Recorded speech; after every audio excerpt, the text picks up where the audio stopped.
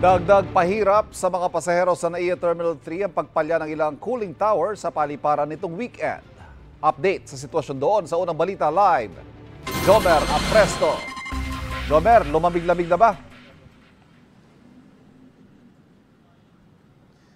Ivan, as of 12 midnight kanina, bumalik na raw sa normal ang temperatura dito sa NAIA Terminal 3. Pero para sa ilang pasahero, ramdam pa rin ang init, lalo na at ito nga yung binabanggit ay kasunod pa rin ang pagpalya ng ilang cooling tower dito noon pang Sabado.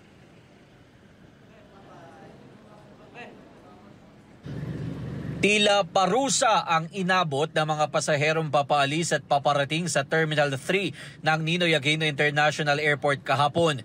Pumalya kasi ang 2 sa 6 na cooling tower dito. Dagdag kalbaryo pa nang sumapit ang sukdulang init na magtanghali. Ang maghipag na OFW na ito, kahapon pa ng hapon dumating sa NAIA galing sa Kuwait. Pauwi raw sila ng probinsya para magbakasyon ng 2 buwan. Alas 4 ng hapon. Okay. Saan kayo papunta ngayon? Pauwi ng probinsya sa Zamboanga, Sibugay. Galing pa po kayo sa Kuwait. Kung ikukumpara naman daw kahapon, mas malamig na ang temperatura ngayon. Kumusta ate? Init ba? Sobrang init. Sobra. Pero kaya lang naman.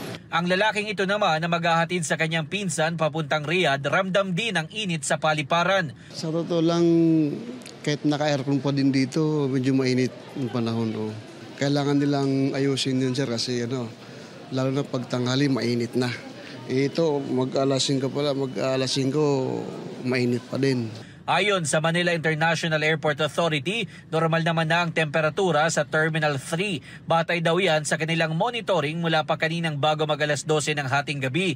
Ang pangamba naman ng ilang pasahero dito, posibleng maranasan talaga nilang init pagsapit ng tanghali. Gayunman, may mga evaporative fans naman daw na nakapwesto sa mga critical areas para sa maayos na air circulation dito. Samantala, Ivan, sinabi naman ng MIA na nakatakdang ayusin ngayong araw ang mga pumalyang cooling tower. Wala rin daw naapektohang flight sa kabuuan ng NAIA. Ivan? Jomer, nakapasok ka sa airport kanina. Ikaw, personal, ano yung naging pakiramdam mo? Medyo normal na nga ba o talagang ramdam pa rin yung mas mainit pa rin?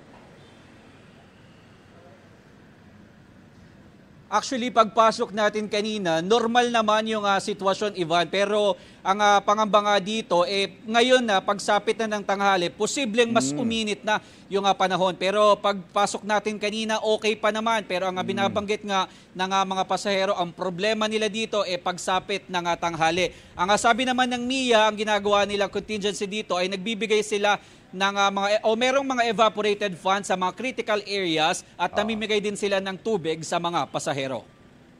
Maraming salamat, Jomer Apresto. Kapuso, para laging una ka sa mga balita, bisitahin at mag-subscribe sa GMA Integrated News sa YouTube. Sa mga kapuso abroad, samahan nyo kami sa GMA Pinoy TV at sa www.gmanews.tv.